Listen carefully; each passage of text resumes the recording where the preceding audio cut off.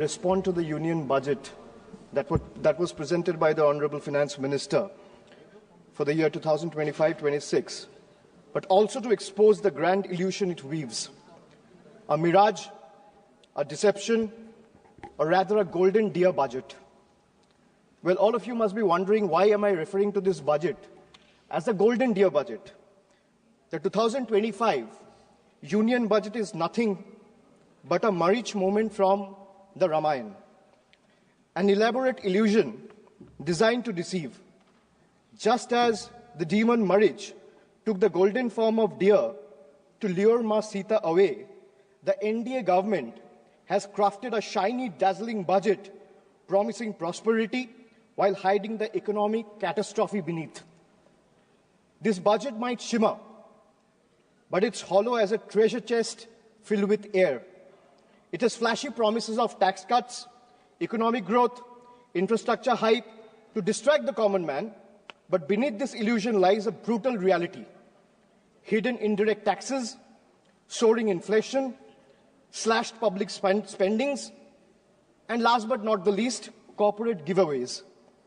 Just as Ma Sita was misled, the common people are being pulled away from financial stability straight into a fiscal wrecking ball. This government proudly proclaims no income tax for incomes up to 12 lakh rupees. But behind the scenes, they silently ensure the lost revenue is recovered through rising fuel prices, inflated service charges, hidden taxes on daily essentials, and the middle class, much like Lakshman warning Ma Sita, is skeptical, but BJP's propaganda and PR machinery is desperately working overtime to ensure that the common man and the people of this country still chase the golden deer anyway. What is given by one hand is being swiftly taken by the other. Just as in Ramayana, by the time people realize and recognize the deception, the economy has already been handed over to the Ravanas of crony capitalism, while the common man is left struggling to afford groceries, fuel, travel, healthcare, and even a simple movie night, all while being taxed for merely just existing. Madam, the budget presented by the NDA government is a masterclass in half-truths, half accountability, half delivery of schemes, and half-hearted governance.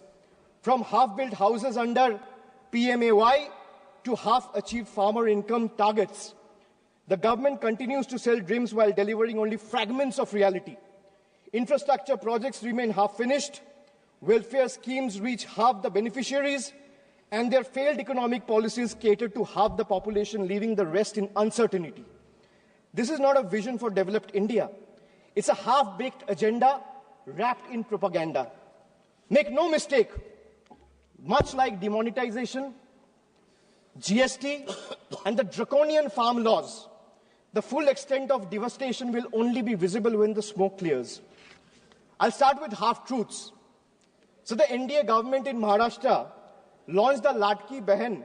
Ma'am, the NDA government in Maharashtra launched the Ladki Behan DBT scheme for women in Maharashtra just before the assembly elections last year to use it as a political bait. Now with the elections over, they have conveniently started scrutinizing beneficiaries, thus removing 60 lakh women from the scheme. This is yet another jumla running deep in your veins. And people see through this betrayal, and they are watching. Another betrayal, ma'am. Before the elections, the government promised a legal guarantee for MSP. After the election, the promise have disappeared without a trace. Madam Finance Minister is here, and I'm glad she's present in the House. She in her speech mentioned that, and she began her speech with a flourish on agricultural growth. But when it came to MSP, the one demand that every farmer of this country has raised, there was only silence. No legal guarantee, no relief from the crippling debt. Instead of waiving farm loans, the government has increased the Kisan credit limit, which essentially means handing farmers more debt than relief. Since 2014, and whatever data I'm quoting in the House, if the chair wants, I'll lay it on the table of the House before tonight. Ma'am, since 2014, in the last 10 years, there have been 1 lakh farmer suicide. That's 1 suicide every hour. These aren't just numbers. They're a grim reminder of a system that abandons those who feed the nation while they conveniently feed lies to the entire country. They boasted of digital India, but conveniently ignore the dire state of our schools. While flashy slogans flood social media, the harsh reality is PM Poshan remains stagnant, leaving millions of children without nutritious food. More than 50% of the children under the age of 5 suffer from chronic malnutrition, with 17% underweight, 36% stunted, and 6% wasted. A crisis screaming for attention. And yet, the budget for PM Poshan remains dejectedly inadequate, proving once again that the union government is invested more in headlines than hungry children.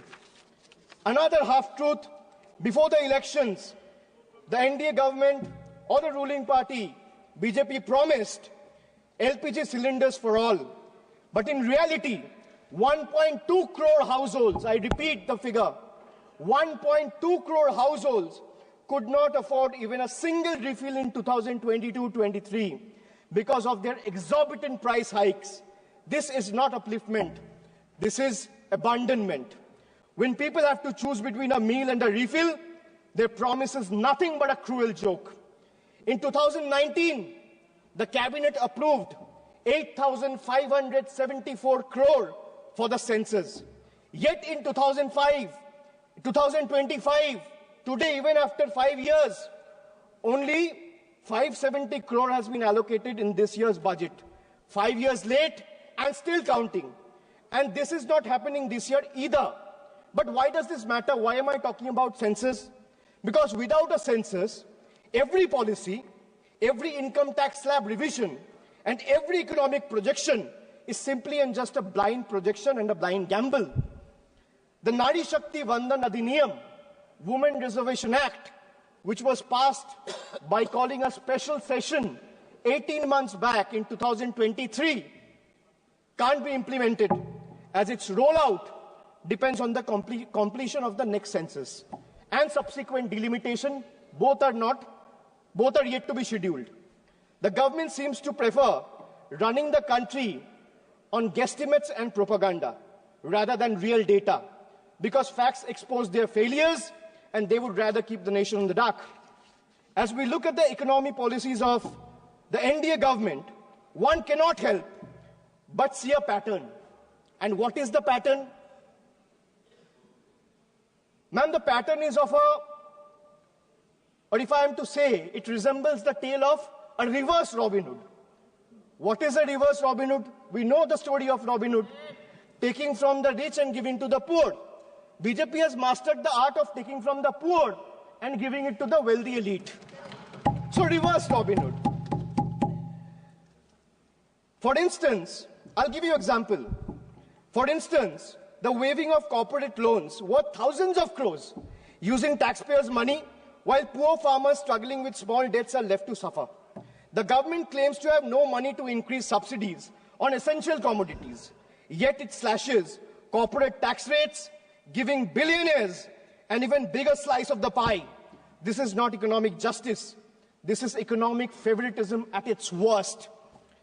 Then I talk about, or rather I'll come to half federalism.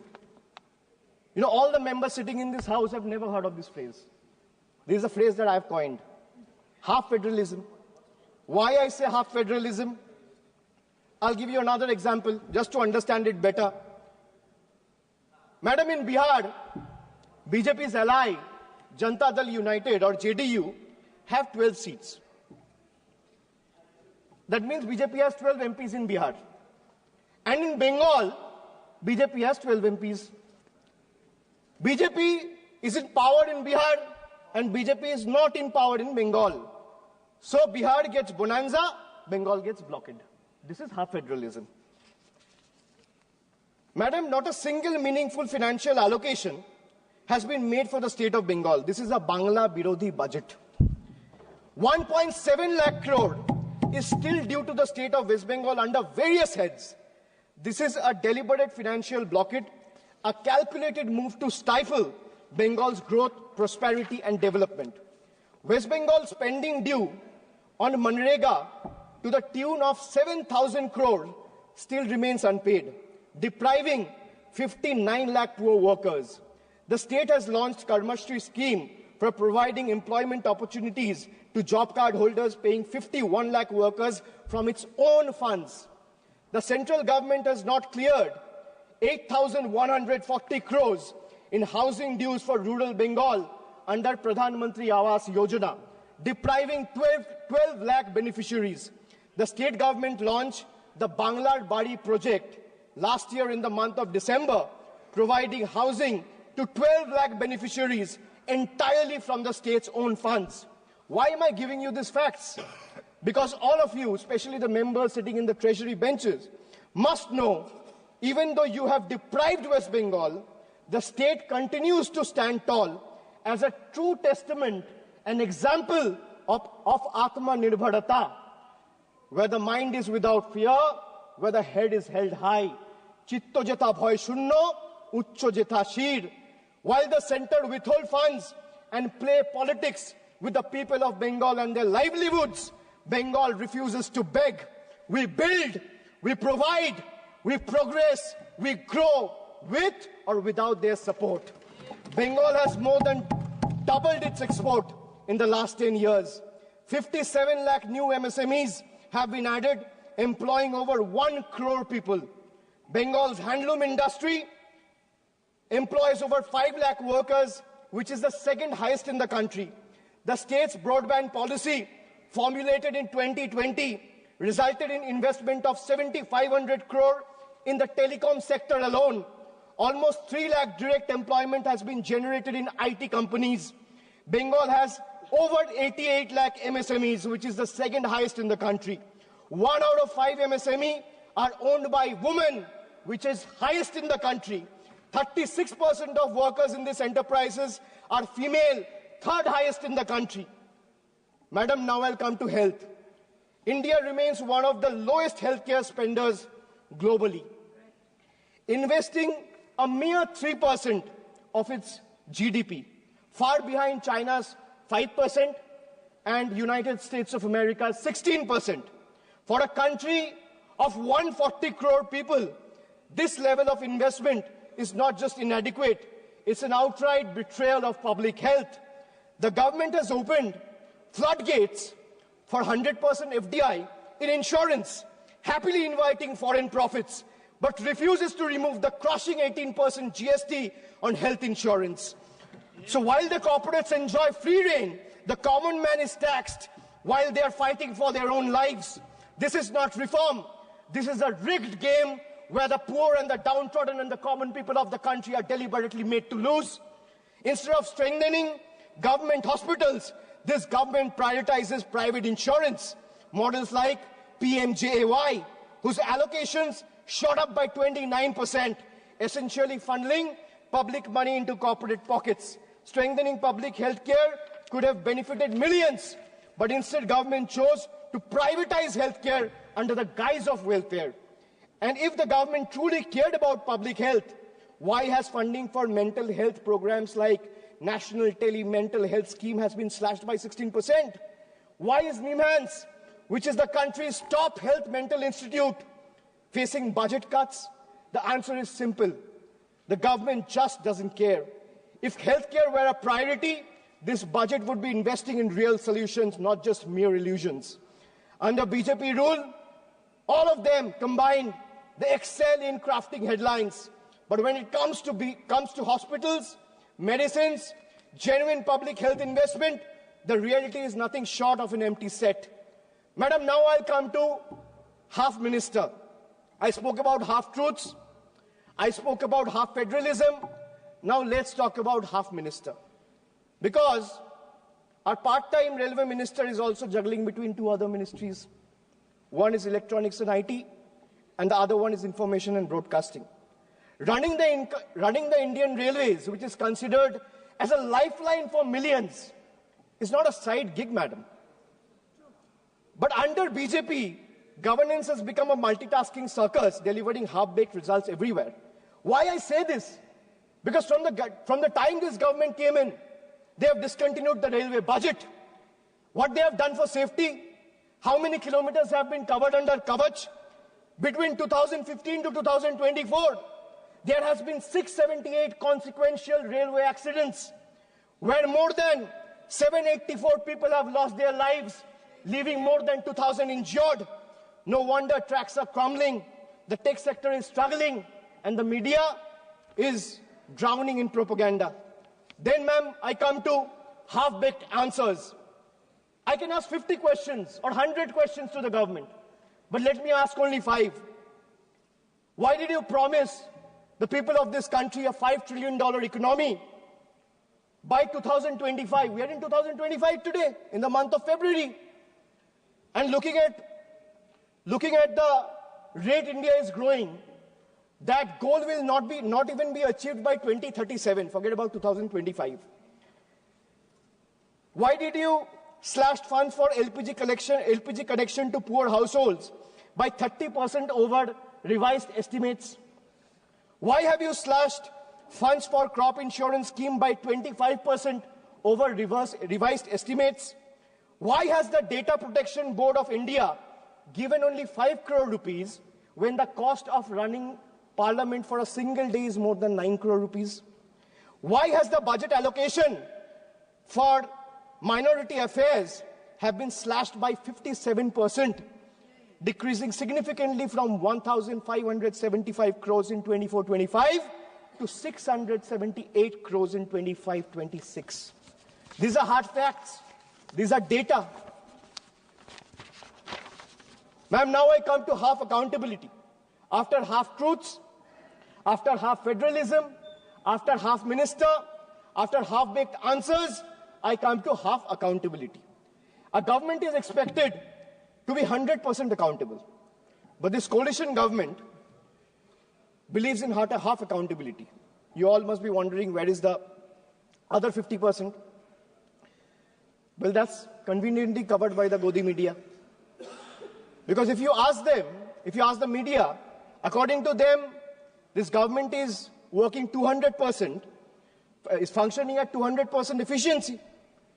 And in their world, in the media's world, there are no failures. Failures are invisible. Questions are forbidden. The only policy is propaganda. Ma'am, let me make just two quick points to prove their half accountability. In price rise, the food inflation in 2024 averaged at 8%. In October, food inflation was at 14-month high. The bottom 5% spends 66 rupees a day, while the cost of 2 veg thalis exceeds 150 rupees. Household savings have dipped to a 50-year low. In case of unemployment, youth unemployment is at a staggering 45%. 3 out of 10 graduates today are unemployed. Under PMKVY, only 18% of the trained candidates were placed. Over 90% of the workforce employed in the informal sector lack job security and benefits. Madam, now I'll come to half delivery. Now let me present before you a few examples of half-delivered services. Time and again, this government has misled the people, making tall claims, but has failed to deliver where it truly matters. I'll start with Beti Bachao, Beti Padhao. Launched with much hype and fanfare to promote girl child education and welfare, yet over 80% of the scheme's budget was spent on publicity rather than spending it on the actual benefit for girls. Then I come to Jan Dhan Yojana, bank accounts without bank services. Under the Jan Dhan Yojana, 54.66 crore, that means 50 crore, 54 crore, 66 lakh accounts were opened. But 11 crore, 58 lakh accounts remains inoperative. And out of this 54 crore accounts, 33 crore, 67 lakh accounts have balance less than 1,000 rupees. This is a perfect example of financial inclusion in paper, but financial struggle in reality. Ma'am, they spoke about doubling farmers' income, a forgotten promise. They promised to double the farmers' income by 2022. We are in 2025. But today, farmers are drowning in debt, facing stagnant crop prices, rising input costs, and no legal MSP guarantee. Pradhan Mantri Fasal Bima Yojana benefit insurance companies more than the farmers. Smart Cities mission, hype versus reality. They promised over 100 smart cities, but most projects today remain on paper or are rather incomplete. Basic infrastructure in many towns are crumbling, while funds remain underutilized or diverted to beautification projects. They spoke about making in India. That means they spoke about revolutionizing the manufacturing industry. But what is the reality and truth of Make in India? More imports, less manufacturing. Local industry today struggles under the rising imports from China, inconsistent policies, and low capital investment. Instead of boosting domestic production, India's trade deficit with China has skyrocketed over the years. Unemployment, they promised about 2 crore jobs every year, but in reality, unemployment remains at a 45-year high. They promised houses for all by 2022, yet another broken promise. In 2015, a promise was made to provide every household a home by 2022. 3 years later, in 2025, as the deadline passed, millions still await promised homes, highlighting delays and unmet expectations. Pattern, if you look at the pattern, big announcement and half execution, or rather zero execution. From infrastructure to education, health to employment, BJP's governance is a pattern of half delivery. Grand promises, incomplete execution, and shifting blame when failures are exposed. This budget is like, when I went through the budget, I was here when Madam Finance Minister presented the budget, but later I went through the budget document. Ma'am, all I realized is this budget is like those promises where you promise free meals, but charges exorbitantly for, giving a chair to sit, free water, service. So this budget is like a buffet that promises free meal, but charges exorbitantly for water, service, and cutlery. While taxpayers find momentary relief in minor reduction in income tax slabs, the government swiftly offsets these benefits through indirect taxes on fuel, essential commodities, rising road tolls, and higher consumer good prices driven by the increased GST rates. It's evident that these reliefs are nothing more than a mere illusion.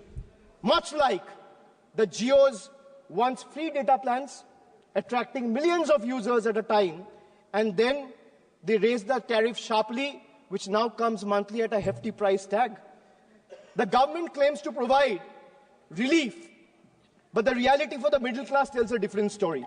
Let me give you another small example, and these are real examples. The government claims of an 80,000 tax benefit for an individual whose income is 12 lakh rupees annually. But it's nothing but a misleading farce. They thumb their chest about relief while simultaneously bleeding the common taxpayer dry through GST and unchecked inflation.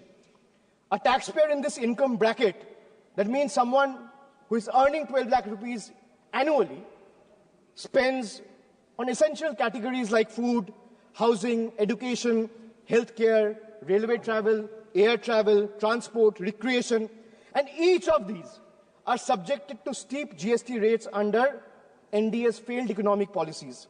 The result, if you do a quick calculation, you will see that someone earning 12 lakh rupees ends up inadvertently paying 98,000 in GST. So the illusion of 80,000 tax benefit that BJP is desperately trying to sell, in reality is snatched away from GST alone.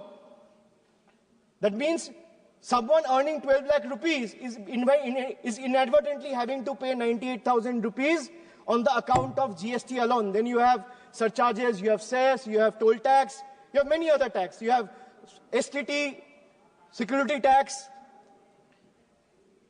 And why I talk about GST? Because whatever one required to exist, madam, from medicines to tea, from toiletries to toothpaste, from hair oil to cooking oil, from fuel to oxygen cylinders, from rice to sugar, from butter to ghee, from undergarments to footwear, from biscuits to even popcorn at the movies, everything is taxed. In fact, more is lost to GST than they claim to give back. To make matters worse, there are several other taxes like I mentioned. There is toll tax, there are security transaction tax, there are cesses, there are surcharges, and then there's inflation also, which continues to erode whatever little remains. With an average 6% annual inflation, if someone is earning 12 lakh rupees today, that will shrink down to 10 lakh in 3 years. The only thing that is not taxed, or is rather untouched, is BJP's list of misleading promises and their sheer incompetence. That's only untaxed. The budget remains completely failure, and the budget also reminds me from a scene from a popular movie of Three Idiots. All of us have seen the movie. It went very popular. And throughout caste, creed, and religion, everyone loved the movie. So, ma'am, the budget reminds me of the movie Three Idiots, where Amir Khan's character, Rancho, exposes the education system's obsession with rote learning over genuine understanding. Similarly, today's government reminds me of the deceptive college director virus. And the role of virus was played by, I'm not talking about the viruses present here, I'm talking about the college director virus whose role was played by Boman Irani. So the college director virus, what he used to do? He used to offer flashy numbers, grand schemes that prioritized ranking over real progress. Much like virus, the focus seems to be on the surface level over real achievements, presenting a polished image rather than addressing the true needs of the people. Or if we take a page from the history, the British during the colonial rule, they promised reforms while continuing to exploit India's resources. BJP's budget follows the same playbook, advertising tax relief while ensuring the burden is transferred through hidden economic policies that favor big corporations and the elite, leaving small businesses and working class struggling. Madam, the budget presented over the last 1 decade perfectly sums up India and the BJP's version of Achhe Din, reflecting not just their grand narrative, but also the harsh reality of common people's struggle under the NDA's rule and regime. If I'm a citizen of India, I have to pay tax on the money I earn. If I'm a citizen of India, I have to pay tax on the money I spend. I'm a citizen of India, I have to pay tax on the things I buy, I have to pay tax on the things I sell. And moreover, pay tax on things that are already taxed, bought with money that is already taxed. Correct. Just imagine, you earn, you pay tax. You spend, you pay tax. You buy, you pay tax. You sell, you pay tax. And then you pay tax on things those are already taxed from the money that is already taxed. This sums up the budget completely. The people of India have woken up, and they will no longer be misled by these empty promises and false claims. The government must pay attention to the aspirations of 140 crore citizens. If they don't, they should brace themselves.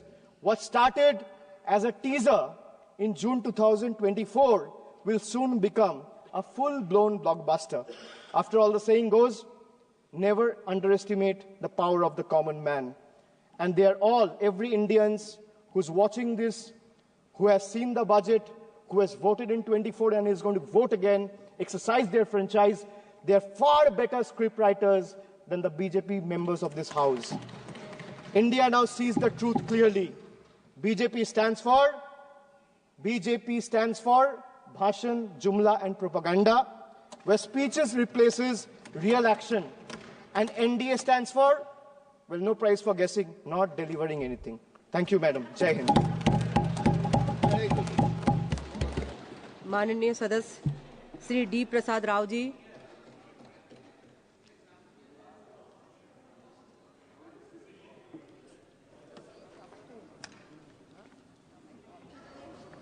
Honorable Speaker and honorable members, I am deeply grateful